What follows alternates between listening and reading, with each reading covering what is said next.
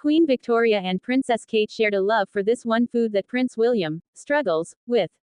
Queen Victoria and the current Princess of Wales both had an affinity for one type of food that, though he tries, Prince William truly struggles with. Princess Kate is known for being a keen chef and avid foodie, and she's already passing that gene down to her children, especially Princess Charlotte, who is already developing quite the taste buds.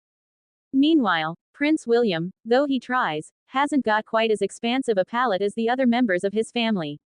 In fact, there's one food that he can't quite get to grips with, that both his wife and daughter love, that also happens to have quite a royal history, having been a firm favorite of Queen Victoria back in the 1800s, according to NPR.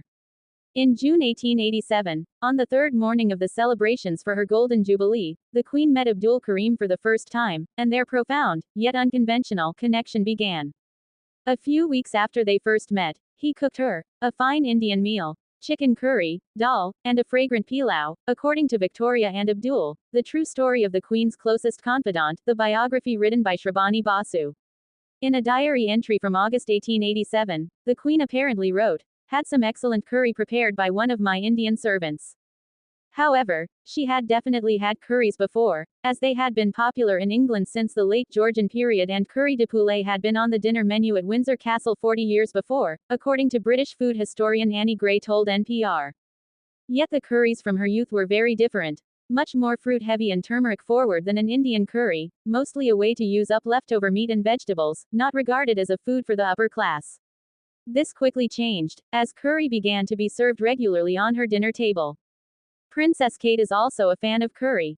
Fast forward 130 years or so, and the women of the British royal family still have a love for spicy food and curries, especially the Princess of Wales.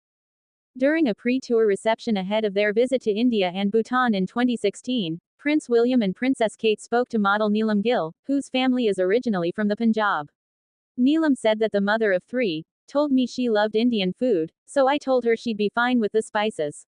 However, the Prince of Wales shared that he struggles with the spices. Royal family live updates. Will and Kate show off their Swiftie creds after Taylor Swift and Travis Kelce announce engagement. New York Post Entertainment has all the latest news on the British royal family, from Kate Middleton and Prince William to King Charles and Queen Camilla, Prince Harry and Meghan Markle, plus more royals around the world.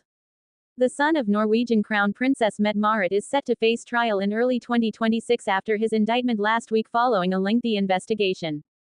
Marius Borg Høiby, Mette-Marit's eldest son born before her marriage to the heir apparent to the Norwegian throne, Crown Prince Haakon, was slapped with multiple charges, including rape and domestic abuse.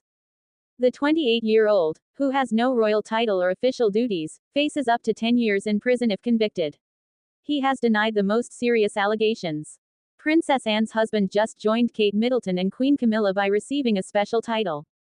Vice Admiral Sir Timothy Lawrence will likely wear a new insignia at the state banquet hosting President Donald Trump next month. The British royal family might be spending time out of the public eye while they take a summer getaway at Balmoral Castle, but King Charles took the opportunity to honor his brother-in-law, Vice Admiral Sir Timothy Lawrence, with a new royal title. Princess Anne's husband was quietly invested with the insignia of a Knight Grand Cross of the Royal Victorian Order on August 21, according to the court circular, the official record of the royal family's engagements. It is the highest title available within the order, which was established in 1896 by Queen Victoria to recognize personal service to the royal family or the monarch. Sir Tim, 70, became the first member of the royal family to receive the honor since Kate Middleton. Queen Elizabeth named her granddaughter-in-law as a Dame Grand Cross of the Royal Victorian Order, the female equivalent of a Knight Grand Cross, on April 29, 2019, which happened to be Kate and Prince William's 8th wedding anniversary. Others with the honor include fellow royal spouses Queen Camilla and Sophie, the Duchess of Edinburgh. Blood members of the royal family are also part of the club, including Prince Edward and Prince Andrew. Meanwhile, Princess Anne was made a Dame Grand Cross in 1974 before becoming Grand Master in 2007. While Princess Kate, 43, is a member of the Royal Victorian Order, her husband Prince William is not. But as heir to the throne, he will one day be sovereign of the order like King Charles is currently. The Prince of Wales, 43, holds other honors that are considered more prestigious than the Royal Victorian Order, such as Royal Knight Companion of the Most Noble Order of the Garter, the most senior knighthood in the UK, and Knight of the Order of the Thistle, Scotland's highest honor. With Sir Tim's new title will come a new accessory. The insignia for a Knight Grand Cross of the Royal Victorian Order includes a sash badge and a breast star, which Princess Anne's husband may debut at the state visit hosting U.S. President Donald Trump next month at Windsor Castle. Since becoming a Dame Grand Cross of the Royal Victorian Order, Princess Kate has worn a blue, red and white sash over her dress as well as a badge featuring a Maltese cross at state banquets, signifying her position. At King Charles's coronation in May 2023, Kate wore the red, white and blue mantle, or robe, of the order. While Sir Tim is not a working member of the royal family, the retired Royal Navy officer has often supported them at events such as Trooping the Colour and Remembrance Day over his 33 years of marriage to Princess Anne. King Charles, 76, presented his brother-in-law with the new honour during his holiday at Balmoral in Scotland, where the royals typically retreat each August. Last weekend, members of the family, including Prince William, Princess Kate and their kids, were photographed driving to and from a church service. While it's time away from the spotlight, King Charles continues to work during the summer getaway, reading the diplomatic papers in the famous red boxes, delivered daily, holding audiences and undertaking some public engagements. Princess Kate's move to Forest Lodge will bring her closer than ever to royal relative who reduces her to a shriek of giggles. They have always been two middle-class girls battling their way through the royal family. Princess Kate is set to move to Forest Lodge in Windsor with Prince William and their 3 children, Prince George, Princess Charlotte, and Prince Louis. As well as giving the family more space, the move will apparently bring Kate Middleton closer to a royal relative with whom she's exceptionally close. Royal biographer Sean Smith spoke to GB News about the Princess of Wales's new home, and what it meant for her friendship with her royal sister, Duchess Sophie. They remain the best of friends, Smith explained.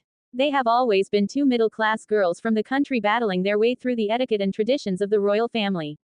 Smith continued, they do not live in each other's pockets. Kate has 3 young children to occupy her attention, but their new home, Forest Lodge, is little more than a 10-minute drive from Bagshot Park, so Sophie is near to help and support when she can. Elaborating on why Princess Kate and Duchess Sophie are so close, Smith told the outlet, we first became properly aware of their friendship when they traveled together down the course at Royal Ascot in June 2017 in an open-topped carriage. He continued, Sophie was attempting to change places when she fell on top of Kate, reducing both women to a shriek of giggles. It was a truly happy moment. They have always been two middle-class girls from the country battling their way through the etiquette and traditions of the royal family. Smith continued, she was there to support Kate on the balcony of the Foreign Office in Whitehall in November 2024, a couple of months after the princess announced she had finished chemotherapy treatment. According to Smith, Sophie placed a comforting hand on Kate's back. It was a truly memorable moment. Royal butler reveals how Princess Kate and Prince William are following in King Charles's footsteps by moving the hub of monarchy away from Buckingham Palace. Princess Kate and Prince William are set to leave their modest home, Adelaide Cottage, in favor of the much larger Forest Lodge in Windsor. Sources have suggested that the Prince and Princess of Wales view Forest Lodge as their forever home, and that they have little inclination to move into Buckingham Palace. Now, a former royal employee has suggested that Kate and William are actually following in King Charles's footsteps. Speaking to GB News on behalf of Heart Bingo, former royal butler Grant Harold explained, the royal family are moving the hub of monarchy to Windsor. That's my gut feeling. Harold continued, the king hasn't moved into Buckingham Palace, despite a lot of the work being completed. Elaborating on Charles's decision to avoid Buckingham Palace, Harold told the outlet, he still lives at Clarence House and spends a lot of time at Highgrove and Windsor. He continued, Windsor has become the essence of the monarchy, and it is the spiritual home. It's steeped in history for the royal family, so it does make sense to make it the base. However, royal commentator Hugo Vickers seemingly disagrees with Grant Harold's suggestion, telling Page 6, Kate and William will have to have a London base. Vickers continued, the king has to be somewhere convenient to the center of government. They can't expect ministers to come to Windsor.